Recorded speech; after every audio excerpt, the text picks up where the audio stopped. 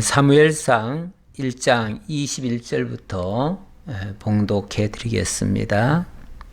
그 사람 엘가나와 그의 온 집이 여호와께 매년 제와 서원제를 드리러 올라갈 때에 오직 한나는 올라가지 아니하고 그의 남편에게 이르되 아이를 젖대거든 내가 그를 데리고 가서 여호와 앞에 뵙게 하고 거기에 영원히 있게 하리이다 하니 그의 남편 엘가나가 그에게 이르되 그대의 소견에 좋을 대로 하여 그를 젖대기까지 기다리라. 오직 여호와께서 그의 말씀대로 이루시기를 원하노라 하니라. 이에 그 여자가 그의 아들을 양육하며 그가 젖대기까지 기다리다가 젖을 뗀 후에 그가 데리고 올라갈새 수소 3마리와 밀가루 1에바와 포도주 1가죽 부대를 가지고 실로 여호와의 집에 나아갔는데 아이가 어리더라. 24절까지 봉독했습니다. 엘가나와 그의 온 집이 매년제와 서원제를 드리러 올라갔다 그럽니다. 상당히 신실한 그런 신앙의 모습을 보이고 있습니다. 제가 처음 시간에 이 가문이 상당히 정말 뼈대 있는, 속된 표현으로 뼈대 있는 집안 같다 그런 표현을 썼는데 매년 그 3절에도 보면 1장 3절에도 보면 그런 말씀이 있어요. 이 사람이 매년 자기 성읍에서 나와서 실로에 올라가서 만군의 여호와께 예배하며 제사를 드렸는데 이런 표현이 나옵니다. 물론 우리가 신앙인이면 당연히 항상 정한 절기나 그런 예배에 참여하는 것이 맞지요. 맞는데 그렇다고 모든 사람이 다 그렇게 하는가? 그렇지는 않아요. 정말 그것마저 우리가 잘 지킬 수 있다고 하는 것은 사실 보통 신앙이 아니죠. 그만큼 이 엘가나라고 하는 사람 상당히 그래도 명망 있는 그래도 신앙의 가문으로서는 모범적인 그런 신앙의 가정이라고 볼 수 있어요. 그러나 그의 행실에 있어서는 우리가 결코 칭찬하기 어려운 그런 일도 있었지요. 왜냐하면 아내를 둘을 얻었고요. 그 때문에 집안이 그렇게 평안하지는 못했어요. 늘 격동을 받고 또 한쪽에서는 멸시하고 이게 이제 그 엘가나의 처신 때문에 나온 현상들이거든요. 그러니까 집안이 굉장히 분란이 있었다는 얘기죠. 믿음 생활은 잘 한 것 같으면서도 또 한편으로는 행실에서는 옳지 못한 부분도 있었다. 이 정도로 일단 이해를 하고요. 자, 그러던 중에 이 한나라고 하는 첫 번째 부인이 자식을 못 낳았다고 했지요. 근데 이제 둘째는 자식을 또 잘 낳았어요.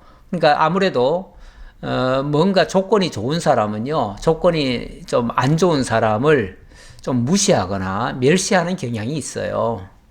우리가 창세기에서도 사레의 여종 하갈이 아브라함의 그 아기를 잉태한 후에 그 주인을 멸시했다 이런 표현이 나왔는데 여기도 마찬가지죠. 여기도 이 분인나라고 하는 여자는 두 번째 부인 같은데 순차적으로 보면 두 번째 나오는 거 보면 둘째 부인 같아요. 둘째 부인, 좋게 말하면 둘째 부인이지만 사실은 첩이라고도 할 수 있죠. 본부인이 있고 또 얻은 여자니까 첩이라고 할 수 있는데 첩이 본부인을 무시하고 멸시하는 이런 지경에 이르렀습니다. 이건 결코 바람직한 모습이 아니었고요. 또 그것 때문에 격동을 받은 이 한나는 직접적으로 그녀에게 그녀를 대적하거나 그렇게 하지는 않았어요. 오히려 대적이라는 표현은 분인나에게 맞는 말이죠. 왜냐하면 분인나가 사사건건 괴롭혔으니까요. 그럼에도 불구하고 이 한나는 그 분인나에게 화풀이를 하는 것이 아니고 그럴 때마다 하나님 앞에 호소를 했습니다. 얼마나 간절하게 기도를 했던지 제사장 엘리가 마치 술 취한 여자인 것처럼 그렇게 느꼈다 그랬습니다. 그래서 포도주를 끊으라 하는 이런 책망까지도 한 적이 있었죠. 그런데 그게 아니고 정말 너무나 안타까운 일이 있어서 하나님 앞에 지금 호소한 것뿐입니다.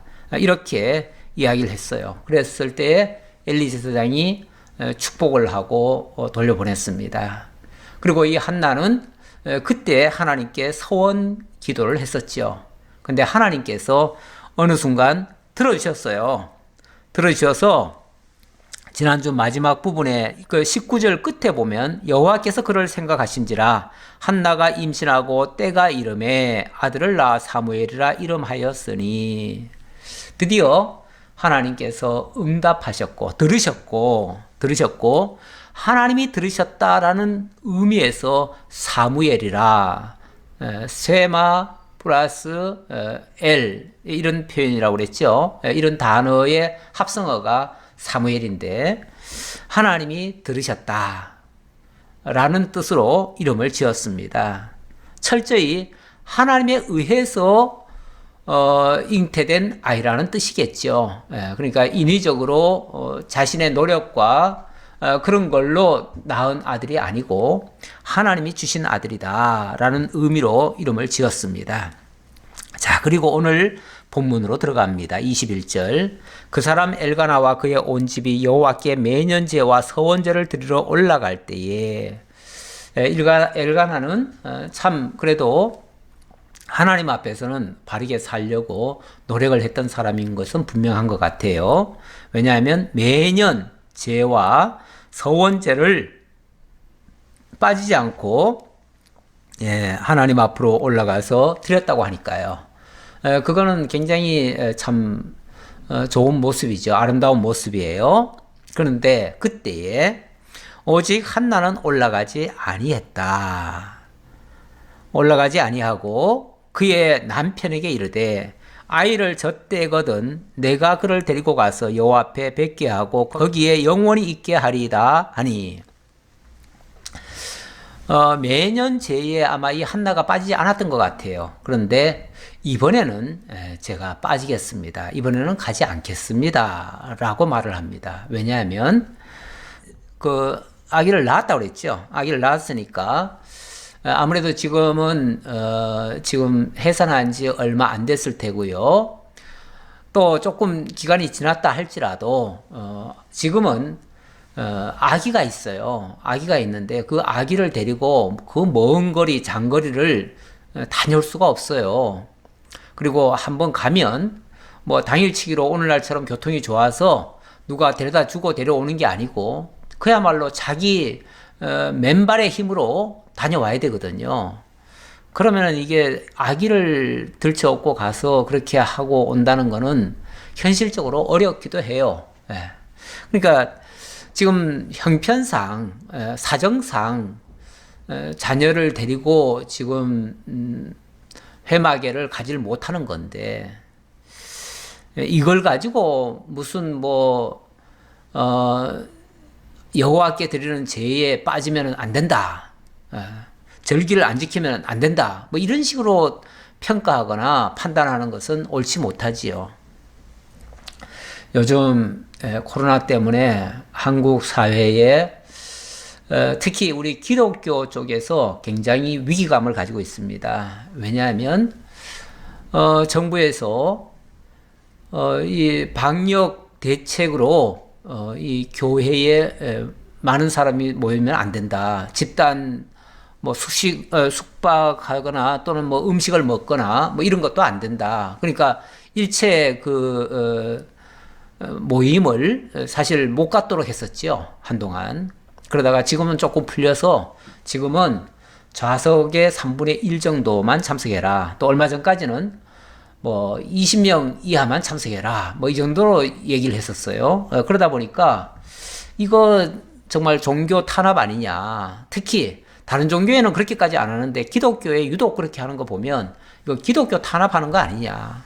심지어는 이 정부가 좌파 빨갱이 정부라서 지금 기독교를 지금 압제하고 있다. 뭐 이렇게까지 말하는 사람들이 있는데 그렇게 말하는 거는 너무 오바지요. 오바고 그거는 노파심이죠. 일종의 기독교가 물론 뭐 우리가 참 할 수만 있으면 모두가 다 예배당에 나와서 다 예배 드리고 하나님 찬양하고 마음껏 그리고 성도의 교제도 넉넉히 나누는 게 참 좋지요. 좋지만 특히 전염병이라든지 이런 어떤 특이한 일이 발생하면 이거는 사실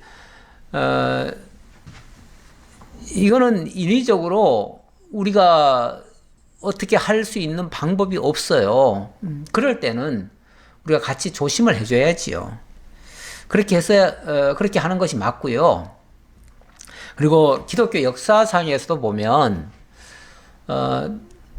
가끔씩 이제 뭐 자주 나는 건 아니지만은 가끔씩 정말 이거 통제 불가능한 그런 바이러스나 그런 것들이 전염병이 창궐할 때가 있었어요. 그럴 때는 교회가 앞장서서 그 모임을 중단시키고 또 신자들을 오지 못하도록 그렇게 한 예가 많아요. 그 대표적인 케이스가 종교개혁 당시에 그때 흑사병이 많이 돌았거든요. 흑사병 돌 때 그때는 루터, 이 종교개혁자 루터가 성도들에게 그 통지를 해가지고 여러분들이 교회에 나오지 말라고 오히려 나오지 말고 여러분들은 교회에 나오지 말고 만약에 여러분들 중에 어떤 어려움이 발생한다든지 목회자가 필요하다면 그때는 제가 달려가겠습니다. 이런 식으로 통지를 한 적이 있어요. 그래서 실질적으로 나는 정말 하나님께서 원하신다면 이 몸을 정말 하나님 예를 들어서 그렇게 하다가 질병에 걸리면 죽잖아요. 죽는데 나는 하나님께 기꺼이 바칠 자세가 돼 있습니다. 그러나 여러분들은 이것 때문에 목숨 걸면서까지 할 이유가 없습니다. 오히려 지금은 하나님께 기도하면서 이 위기를 잘 이겨내야 됩니다. 뭐 이런 식으로 사실은 권면을 했었지요. 그래서 그런 시대에는 그런 때에는 일반 뭐 소위 말해서 대면 예배는 하질 않았던 거죠. 사정이 그런데 어떡하겠어요. 그렇게 할 수밖에 없지요.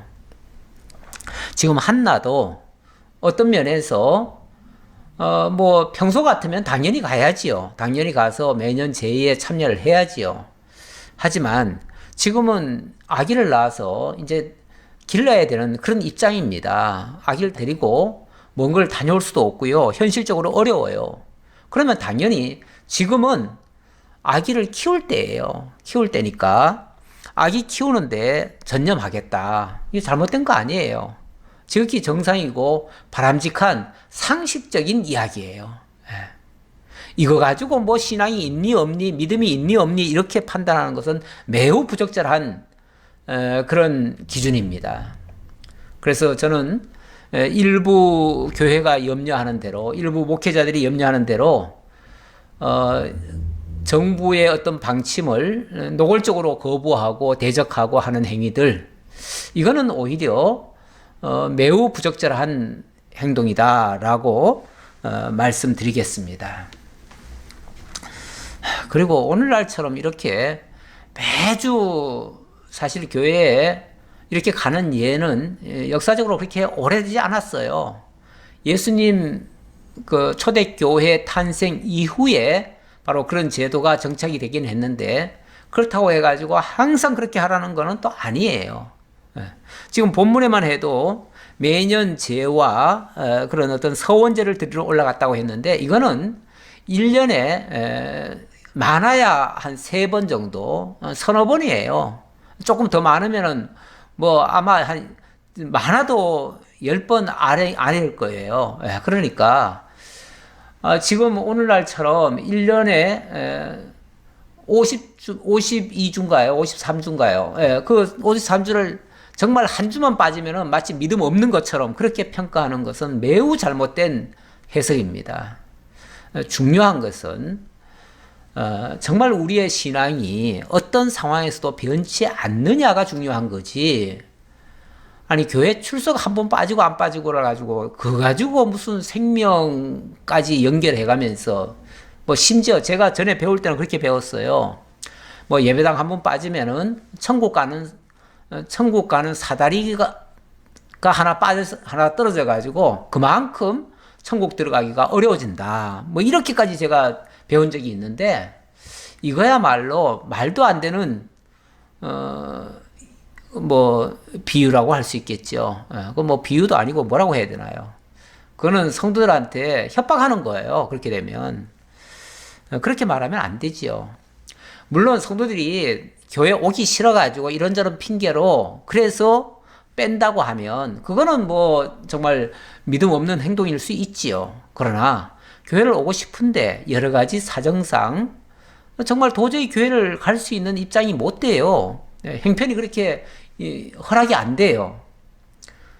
그리고 많은 사람의 생명을 책임지고 있는 사람 입장에서는 또 자기가 조심을 해줘야 돼요. 그래야 되니까 남을 위해서 자신이 예배는 참석하기 쉽지만 자기가 양보하는 거 아니겠어요? 가고 싶은 발걸음을 지금 잠시 멈춘 거 아니겠어요? 그거는 충정으로 이해를 하셔야지요.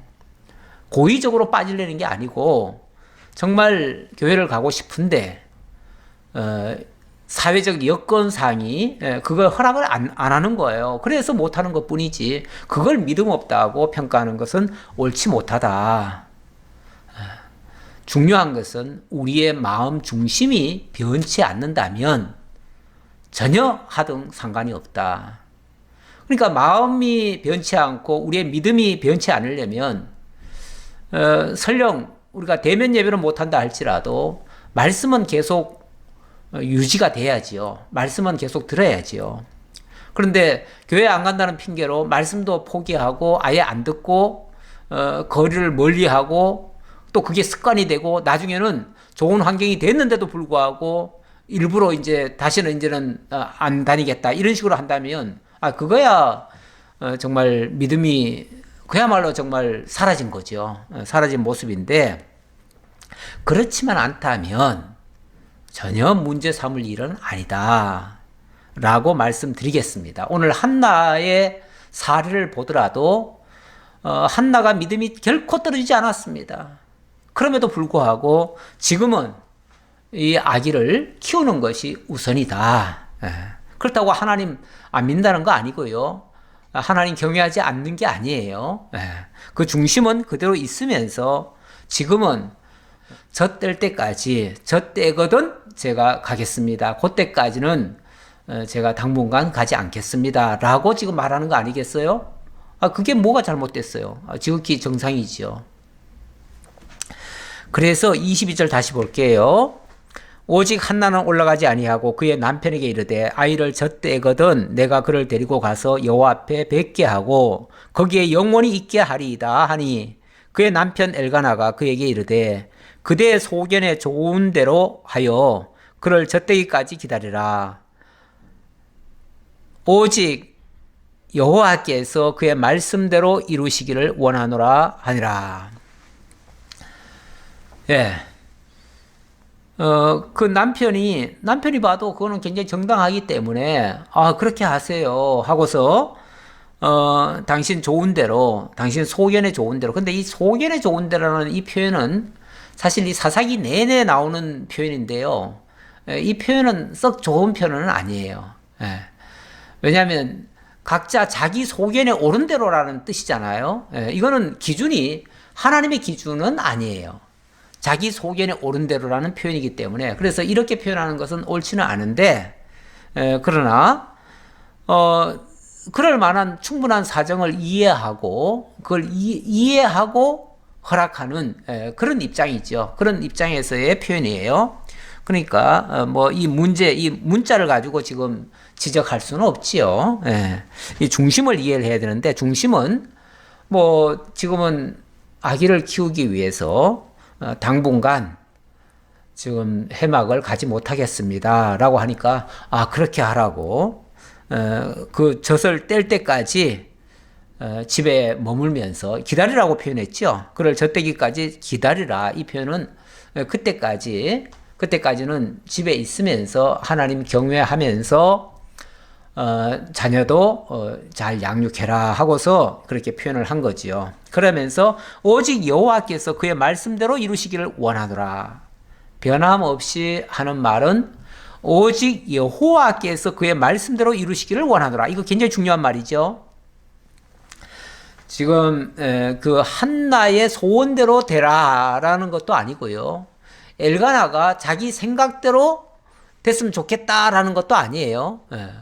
오히려 나와 너의 문제가 아니라 이거는 하나님께서 오직 여호와께서 그의 말씀대로 이루시기를 원한다. 그러니까 이 아이를 양육하는 것도, 그리고 이 아이를 나중에 뭐라고 그랬습니까? 여호와 앞에 뵙게 하고 거기에 영원히 있게 하리이다, 이 말을 했잖아요. 이게 이제 그 한나가 회막에서 서원 기도할 때에 자기가 표현한 말이고요. 그 말이 하나님 앞에 지금 상달이 되어서 하나님이 들으시고 사무엘이라 하는 아이를 준 거 아니겠어요? 그러니까 하나님의 뜻이에요. 그게 하나님의 뜻이고 영원히 하나님 앞에 있게 할 자로 아들을 주신 거예요. 그러니까 지금 이 일은 철저하게 앞으로 이 자녀가 하나님 앞에 영원히 바쳐진 자, 하나님 앞에 세워질 자로 쓰기를 바란다, 그 얘기예요. 그게 여호와께서 그의 말씀대로 이루시기를 원하노라. 하나님이 그런 기도를 받으셨고 그 기도대로 응답을 해주셨기 때문에 그렇게 되어져야죠. 자, 하늘아, 이에 그 여자가 그의 아들을 양육하며 그가 젖대기까지 기다리다가 젖을 뗀 후에 그를 데리고 올라갈새 수소 3마리와 밀가루 1에바와 포도주 1가죽부대를 가지고 실로 여호와의 집에 나아갔는데 아이가 어리더라. 약속대로 이 한나가 이제 아기를 젖댈 때까지 데리고 있다가 젖을 뗀 후에 데리고 올라갔답니다. 젖은 뭐 보편적으로 언제쯤 떼나요? 뭐 요즘은 좀 일찍 떼는 것 같은데 옛날 같으면은 길게도 젖을 먹였죠. 왜냐하면 사실 젖 외에는 다른 거 줄 게 없어요. 그러니까 젖을 굉장히 오랫동안 물리고 그래서 뭐 정말 길게 젖을 먹는 애들은 뭐 아마 학교 가기 전까지 먹었을걸요. 정확한 기억은 없는데 아마 늦게까지 먹었던 것 같아요. 어쨌든 그 아직은 어리다고 했는데 나중에 보니까 아이가 어리더라 했는데 뭐 한 서너 살까지 됐을지 모르겠습니다. 한 서너 살 정도까지 먹이고 그리고는 데리고 해막으로 올라갔습니다. 올라갈 때에 많은 예물을 준비해서 올라갔지요. 그들이 수소를 잡고 아이를 데리고 엘리에게 가서 한나가 이르되 내 주여 당신의 사심으로 맹세하나이다. 나는 여기서 내 주 당신 곁에 서서 여호와께 기도하던 여자라. 한나가 엘리에게 가서 엘리 제사장에게 인사하면서 제가 몇 년 전에 이곳에서 밤새 기도하다가 기도하던 바로 그 여자입니다. 그러면서 그때 기도했던 내용을 상기를 시켜줍니다. 상기를 시켜주니까 엘리도 이제 기억이 나겠죠. 아, 그렇구나. 그럼 그동안에 아기를 낳고 이렇게 키웠구나. 정말 하나님이 그 기도를 들으셨구나. 라고 말을 하겠지요. 27절 이 아이를 위하여 내가 기도하였더니 내가 구하여 기도한 바를 여호와께서 내게 허락하신지라. 그러므로 나도 그를 여호와께 드리되 그의 평생을 여호와께 드리나이다 하고 그가 거기서 여호와께 경배하니라. 여호와께 경배하니라.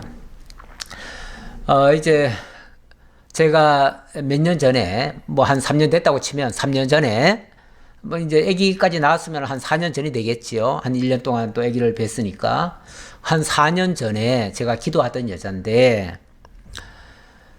그때 제가 이런 기도를 했고 하나님은 그 기도를 들으셔서 제게 아들 주었습니다. 그러니 이제 제가 그 약속대로 제가 이 아이를 여호와께 드리겠나이다 이렇게 얘기를 합니다. 그럼 단순 계산으로 하면은 하나님께 아들 달라고 했다가 그 아들 주시면 바치겠다고 했다가 이제 받아가지고 돌려드렸으면 그럼 이제 뭐 한나는 아무것도 없네요. 예. 그럼 손해 보네요. 그럴까요? 사실은 일단은 하나님께 받은 것을 하나님께 돌려드린다는 그런 생각이긴 하지만 그럼 돌려드리면은 그러면 한나에게는 아무것도 없는가? 그게 아니죠. 이제 2장으로 넘어가 보면 이 한나의 여호와를 향한 찬송의 내용이 나옵니다. 그 찬송의 내용을 보면 이 한나는 어마어마한 것을 하나님께 받았다라고 고백을 합니다. 단순히 자녀 하나를 얻은 것이 아니고요. 하나님이 주실 수 있는 모든 것을 다 얻었고 다 받았다라고 고백을 합니다. 그러면서 그 모든 영광, 정말 천하를 다 얻은 것 같은 그런 기쁨을 하나님 앞에 고백하면서 그 모든 영광을 하나님께 돌려드리는 그런 찬양을 하게 되어집니다. 실제로 여호와께 받은 것을 돌려드린다고 하는 것은요, 뭐 받았다가 빼앗기는 느낌이 아니고요. 오히려 하나님께 전부를 드림으로써 하나님 안에 참여하는, 그리고 그렇게 되어지면 하나님 것과 내 것의 경계가 무너지고 그렇게 되면 하나님께 있는 모든 것이 오히려 내 것이 될 수 있는 그런 은혜로 바뀌어지죠. 일반적인 표현으로 말하자면 이게 이제 신앙적인 표현은 아닌데요. 마치 공동 운명체 같은 한 몸이 되어버린 일체가 되어버린 그런 상태가 되는 거죠. 그게 온전히 받쳐지는 거죠. 그러니까 그 아이만 받쳐지는 것이 아니고 자신도 함께 그 아이와 생명적 결합이 되어 있기 때문에 함께 하나님께 바쳐지는 자가 되고, 그렇게 되어지면 결국 하나님의 생명에 참여하는 것이 되고, 그렇게 되어지면 결국 하나님의 것이 다 내 것이 되어지는 그런 은혜 속에 들어가게 된다 그 말이죠. 내가 하나님께 속하고 하나님이 내게 계시다면 나는 모든 걸 다 얻은 상태 아닙니까? 우리 주님께서 기도할 때도 그런 비슷한 기도를 했어요.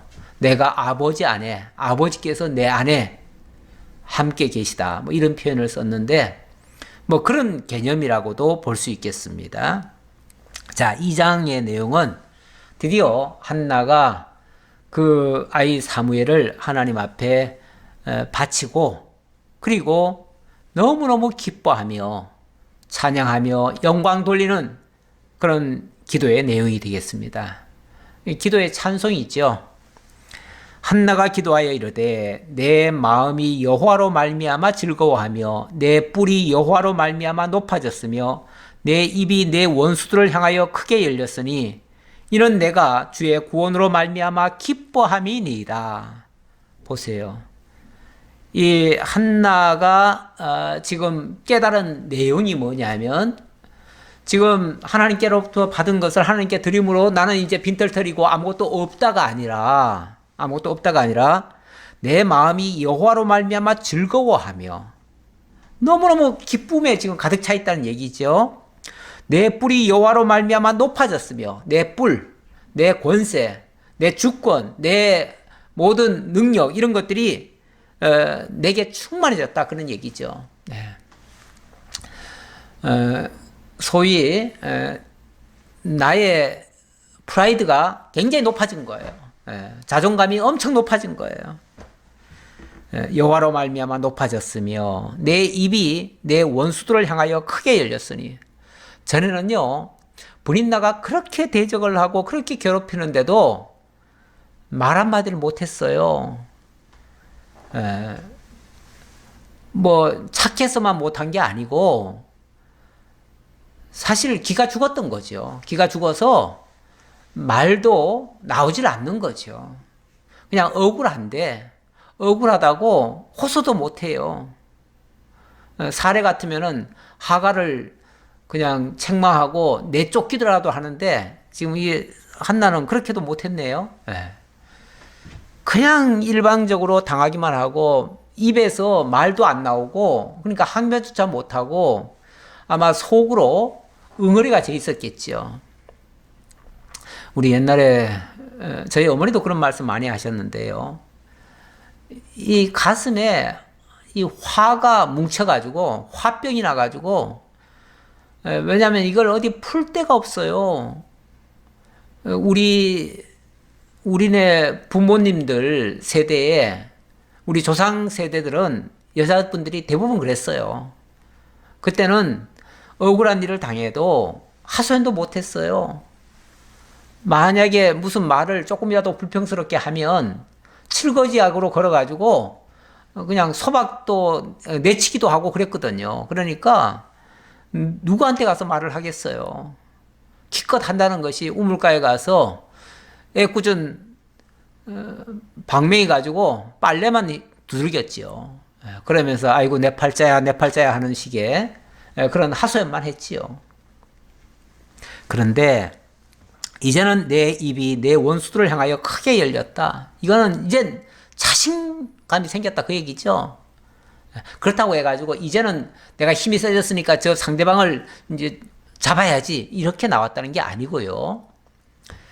사실 우리가 내가 당당하면요, 내가 의기양양하면요, 사실 내 입에서 말이 나오든 말든 간에 이미 상대방을 제압하고 들어가는 거예요. 굳이 뭐 상대방에게 위협하고 괴롭히고 할 필요 없어요. 내가 당당하면요, 누가 날 괴롭히려고 해도 내가 그냥 속으로 웃잖아요. 우습잖아요, 사실. 그만큼 내가 당당해지는 거죠. 우리 정말 하나님 안에 있는 성도들의 진짜 그 자존감이라고 하는 거는 하늘 찌르듯이 생기는 거예요. 그러니까 누가 무시하고 누가 우습게 봐도 나는 아무렇지도 않아요. 얼마든지 당당히 정말 말할 기회가 있으면 당당히 말할 수 있고요. 지금 한나가 직접 말로 그렇게 말을 했다는 얘기가 아니라 그만큼 자존감이 높아져서 당당해졌다 그런 표현이죠. 왜요? 이는 내가 주의 구원으로 말미암아 기뻐함이니이다. 주의 구원을 받았으니까, 주님과 일체가 됐으니까, 주님의 것이 곧 내 것이 됐으니까, 이제 나는 모든 걸 다 가진 자가 됐으니까. 사실 우리 주님을 내 것으로 삼는다면, 뭐 주님을 내 것이라고 표현하니까 좀 이상하네요. 어쨌든 내가 하나님께 속하고 하나님이 내게 속해져 버렸다면, 일체가 되어버렸다면 세상 무엇이 두렵겠어요? 세상 무엇이 뭐 더 아쉽겠어요? 만족하죠. 주님 한 분만으로 만족하고 더 이상 필요가 없죠. 그런 상태, 그걸 주의 구원이다 이렇게 지금 표현한 거예요. 그러면서 여호와와 같이 거룩하신 이가 없으시니 이는 주 밖에 다른 이가 없고 우리 하나님 같은 반석도 없으심이니이다. 우리 하나님 같은 반석도 없다. 이 반석이란 말은 이 바위보다도 더 큰 그런 걸 이제 반석이라고 얘기하잖아요. 그게 든든한 백인 거예요. 백. 쉽게 말하면은 내 뒤에는 우리 주님이, 우리 하나님이 반석처럼 딱 버팅기고 있다. 그러니 누가 나를 공격하면 반석이신 우리 주님께서 가만 안 둘 거예요. 그러니까 우리 주님 같으신 그런 크시거나 거룩하시거나 의로우신 분이 내 뒤에 든든한 백으로 계시니까 내가 아실 것도 없고 부족함도 없고 기쁨이 가득 차 있고 그렇다 그 말이에요. 이제는 두려운 것도 없어요. 이제. 그러니 3절 심히 교만한 말을 다시 하지 말 것이며 오만한 말을 너희의 입에서 내지 말지어다. 여호와는 지식의 하나님이시라 행동을 달아보시느니라. 심히 교만한 말. 그동안 그 분인나가 한나를 괴롭힐 때 하던 말들 있지요. 자녀도 못 낳는다. 뭐도 뭐 어떻다 그러면서 아마 다 트집 잡았을 거예요. 보나마나. 그런 말들을 분수에 넘치는 말이고 그 역할에 합당치 않은 말들이죠. 이런 말들을 다 뭐라고 표현하냐면 교만한 말이다. 심히 교만한 말. 다시는 하지 말 것이며 이제는 더 이상 그 원수들도 그런 말 할 수가 없게 됐어. 이제는. 왜? 이제 자녀를 낳았으니까요. 그것도 하나님의 특별한 정말 선물로 주어진 아들이니까요. 이런 아들을 다른 여자들은 못 낳아요. 분인나도 육적인 자손을 낳기는 했지만 정말 사무엘 같은 이런 하나님께 응답받아서 낳는 그런 자식은 아니에요. 그러니까 다시는 그런 교만한 말 못할 것이다. 오만한 말 너희 입에서 내지 말지어다. 교만하고 오만한, 오만방자하다 이런 표현하죠. 자기 분수도 넘쳤고요. 그 역할에 걸맞지 않는 그런 표현들, 행동들 지금까지 정말 참 자녀 못 낳는다는 이유로 어찌 보면 한나가 일방적으로 당해왔었는데 이제는 더 당할 이유가 없지요. 뿐만 아니라 여호와는 지식의 하나님이시라 행동을 달아보시느니라. 여호와는 지식의 하나님이시다. 지식이라고 하는 것은 다 안다는 뜻 아니겠어요? 우리 하나님께서 이 모든 사정을 다 아시고요.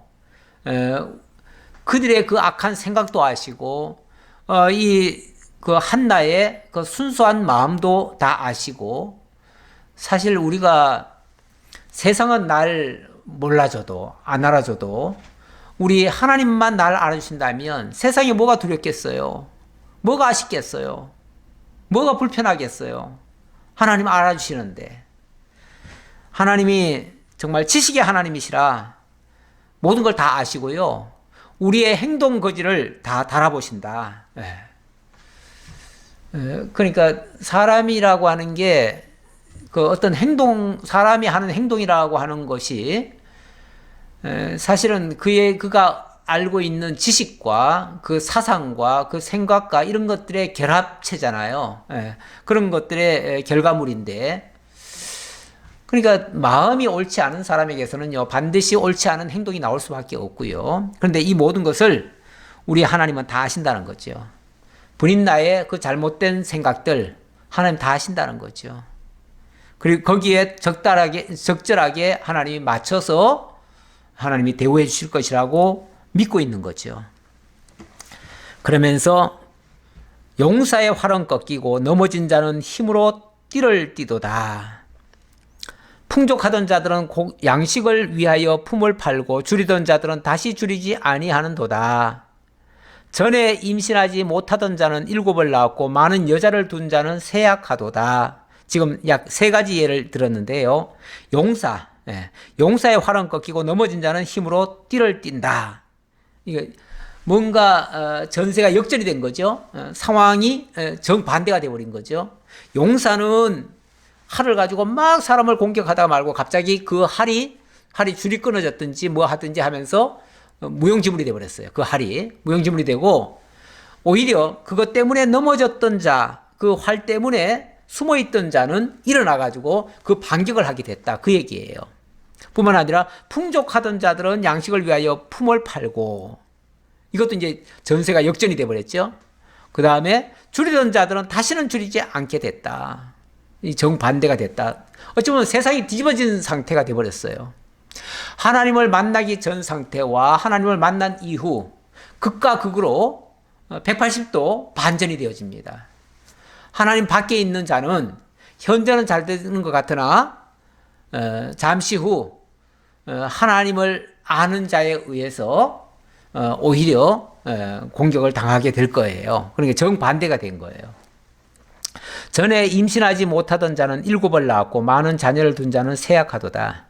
전에 임신하지 못하던 자는 7을 낳았다. 그리고 전에 많은 자녀를 둔 자는 세약하다. 예를 들면 이제 분인나 같은 경우는 자식을 여럿을 낳았잖아요. 이미 여럿을 낳은 자는 이제 앞으로 세약하게 될 것이고, 전에 자식을 낳지 못하던 이 한나 같은 경우는 이제 자식을 7을 낳게 될 것이다라는 이 표현인데, 7이라는 표현은 딱 7명이라는 얘기가 아니라 많다는 뜻이죠. 굉장히 많은 자손을 이제 얻게 될 것이다. 전에 정말 자식을 낳지도 못하던 여자가 이제는 많이 낳게 될 것이다. 이건 이제 전세가 완전히 뒤집어지는 거죠. 이제 하나님을 만나고 하나님이 다 알아주시고 하나님의 응답을 들으시고 하나님의 말씀대로 이룸을 받은 자는 이제 하나님 안에서 이제 부족함이 없다, 그 얘기예요.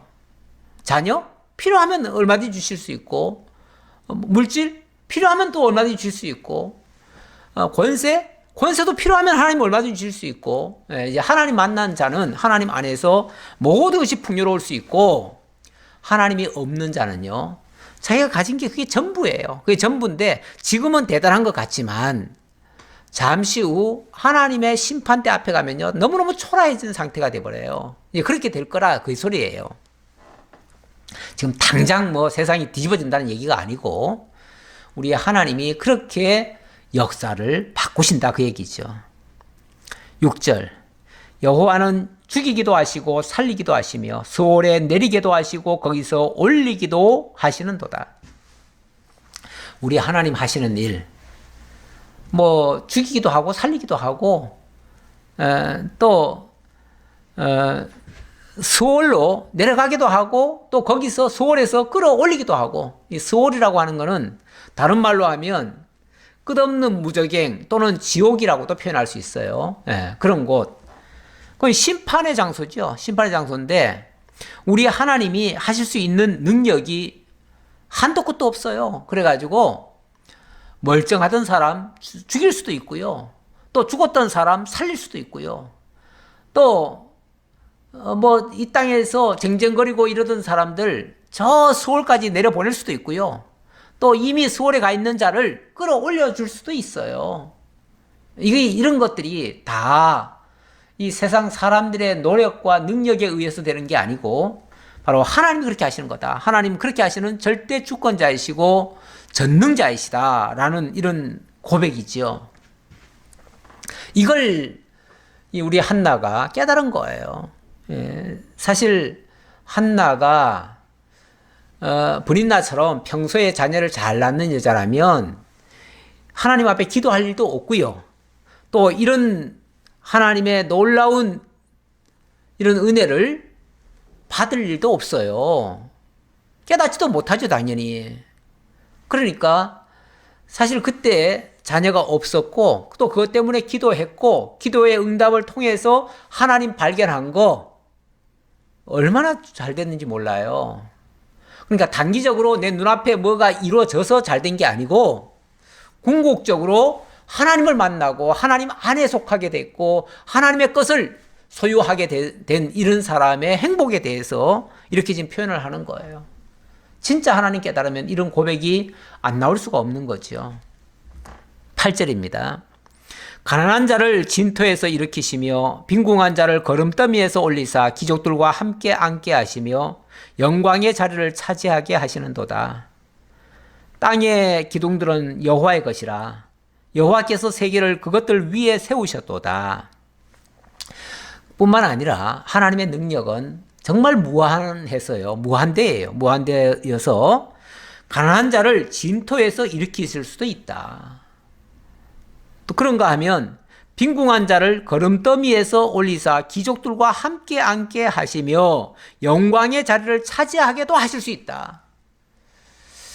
어찌 보면 이 한나 자신의 신세를 보면 불과 몇 년 전에만 해도 너무 처량했잖아요. 세상이 뭐 남편은 자기를 사랑했다고 하는데 남편 사랑 같은 거는 아무것도 아니에요. 그거는 뭐 잠깐의 위로는 될는지 모르지만 그 인간이 위로하고 하는 것은요 궁극적인 위로가 되질 못합니다. 그런데 하나님이 정말 그 부끄러운 현장에서 끌어올려가지고 마치 진토에서 거름더미에서 끌어올리듯이 진토나 거름더미 이거는 완전히 쑥대밭 같은 곳 아닙니까? 완전히 헤어나올 수 없는 곳 아니에요? 그런 곳에서 하나님이 건져내셨어요. 뿐만 아니라 그냥 걸려내신 정도가 아니라 귀족들과 함께 하시고 영광의 자리를 차지하게 했어요. 영광스럽게 만들었다 그 말이죠. 우리 예수님 정말 십자가까지 내려가시면서 하시는 기도가 아버지여 영광스럽게 하옵소서 이런 표현을 했어요. 이런 기도를 하셨어요. 정말 그 치욕의 십자가 아닙니까? 십자가를 지고 그 죽음의 무덤에까지 내려간다고 하는 것은 이 치욕이에요. 그런데 그것이 그 과정을 거치고 나면 하나님의 영광에 도달하게 되어져요. 그리고 거룩함에 이르게 되어져요. 우리 하나님은 우리 성도들도 그렇게 만들어 가시길 원하십니다. 이 땅에서 성공하는 것을 목표로 삼는 것은 아니고요. 하나님의 영광에 참여하게 하려고 하는데 그 영광에 참여하려고 하면 좋은 상태에서만 유지되고 있다가 그 영광의 자리로 올라가면 정말 그 감격이 올까? 그렇지 않을 것 같아요. 오히려 정말 거름더미 같은 곳에 진토 같은 곳에 뒹굴던 자를 이끌어내 가지고 그 영광의 보좌에 앉히면은 그때 감격이 100배, 1000배, 10,000배 더 크죠. 우리 하나님 이렇게 우리로 하여금 감탄하게 만드십니다. 이렇게 하시기 위해서 땅의 기둥들은 여호와의 것이라. 자, 이렇게 하시는 분이 전능자신데 전능자가 어떻게 이 일을 하셨는가, 하실 수 있는가? 땅의 기둥들은 여호와의 것이라. 여호와께서 세계를 그것들 위해 세우셨도다. 땅의 기둥들은 여호와의 것이다. 다시 말하면 하나님께서 이 세상의 모든 것을 다 설계하셨고 친히 다 지으셨고 친히 다 주관하시고 다스려 가신다. 그 얘기잖아요. 그러니까 하나님이 기초도 놓으셨고 그것들 위에다가 하나님이 지금 현 이 세계를 이렇게 건축을 하셨어요. 그리고 지금 다스려 가셔요. 그러니까 이 창조에 속한 모든 것 A부터 Z까지가 전부 다 하나님의 솜씨예요. 그러니 하나님이 음부에 내리게도 하실 수 있고 올리게도 하실 수 있고 살게도 하실 수 있고 죽이게도 하실 수 있고 진토에 끌어내릴 수도 있고 영광의 보좌에 올리시기도 하시고 다 하실 수 있는 거예요. 뭐가 문제가 돼요? 우리 하나님이 그렇게 기초를 놓으셨는데 우리는 우리 기준에서 어떻게 그런 일이 가능해? 라고 생각하는데 그거는 이 세상이 원래 이렇게 생긴 줄로만 아는 사람들의 생각들이에요. 근데 원래 이렇게 생긴 게 아니고요. 하나님이 땅에 기초를 놓으시고 당신이 직접 그렇게 만들어 놓으신 거예요. 그러니까 하나님의 설계 속에는 얼마든지 이렇게 저렇게 바꿀 수 있는 그 모든 능력이 하나님 손에 다 달려 있어요. 9절 그가 그의 거룩한 자들의 발을 지키실 것이요 악인들을 흑암 중에서 잠잠하게 하시리니 힘으로는 이길 사람이 없으리로다. 하나님이 하시는 일 힘으로 그것을 제어하거나 막을 자 없다 그 얘기예요. 그러면서 하나님은 그의 거룩한 자들의 발을 지키실 것이다. 지키실 것이다. 하나님의 거룩한 자들을 정말 거룩하게 만들어 가시고 그들의 발걸음까지 행동까지도 다 지켜주실 것이다. 그런가 하면 악인들은 지금은 흥왕하는 것 같지만 흑암 중에서 잠잠하게 하실 것이다. 그들은 흑암으로 들어갈 것이다. 다시 말하면 음부로 내려갈 것이고 음부로 내려가면 그들의 모든 것은 다 물거품 될 것이다. 사실 이 세상에서 부귀 영화를 누리고 엄청난 부와 명예를 얻고 했어도요. 다 한 줌의 흙으로 돌아가시잖아요. 그제도 세계 1위의 세계적인 대부호가 돌아가셨잖아요. 돌아가셨는데 정말 돌아갈 때는 초라해요. 그렇게 많은 재산, 심지어는 뭡니까? 그 상속 세만 해도 11조나 된다고 하는데, 그럼 본 그 재물은 얼마나 많겠어요. 예. 그런데 그렇게 많이 가진 자가 한 줌의 흙으로 그냥 돌아가요. 아무것도 못 가지고 가요. 다 아무것도 아닌 거예요. 네. 어둠 속으로 들어갈 뿐이에요. 그리고 잠잠해요. 말도 못해요. 네. 아무도 그를 대변해 줄 사람도 없어요. 하나님 앞에 설 때에 과연 어떻게 설는지 정말 우리 각자도 생각해 봐야겠죠.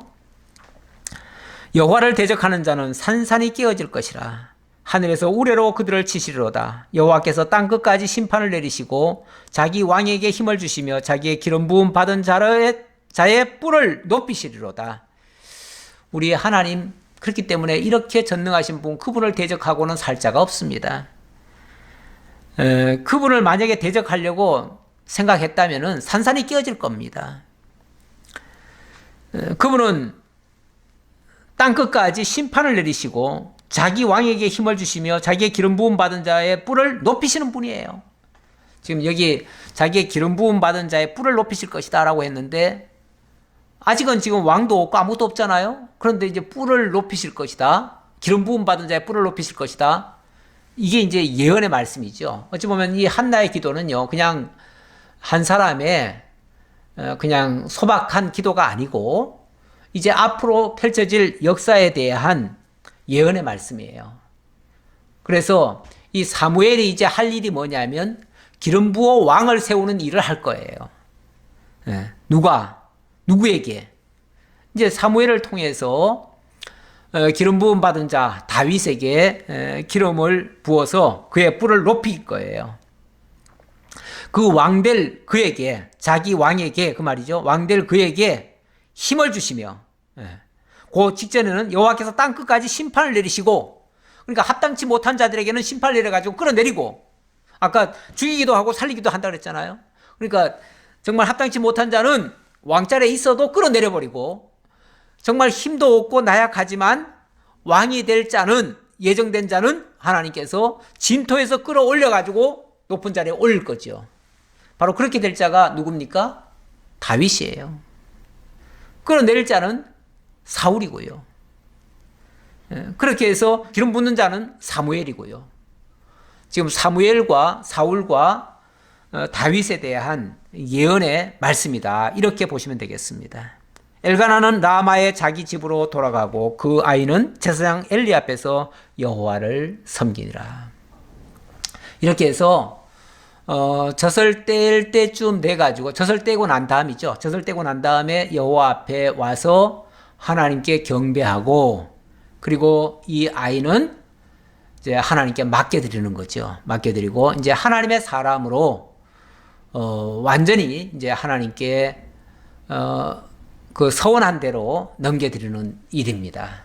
이렇게 되어지면 이제 하나님께 붙들림 받은 이 사무엘이 전적으로 하나님의 주권하에 들어가서 이제 본격적으로 이제 회막 생활을 하면서 회막에서 길리움을 받고 하나님의 사람으로 무럭무럭 자라갈 겁니다. 그리고 하나님이 이 한나를 통해서 예언케 하신 그 일들을 다 이루어낼 겁니다. 우리 하나님 하시는 일 참으로 놀랍습니다. 우리는 흉내도 감히 낼 수 없습니다.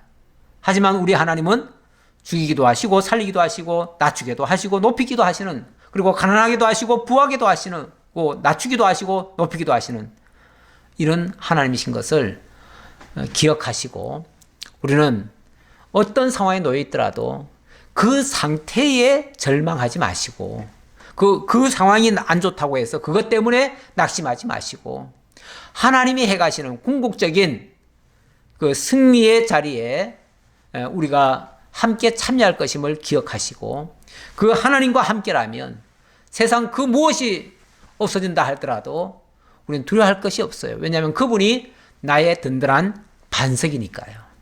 기도하겠습니다. 아버지 하나님 감사합니다. 우리 하나님 친히 당신의 백성들을 세우시기도 하시고 또 악한 자들을 끌어내리시기도 하시고 하나님의 주권대로, 하나님의 언약대로 역사를 진행해 가신다는 사실을 오늘도 말씀을 통해서 확인을 했습니다.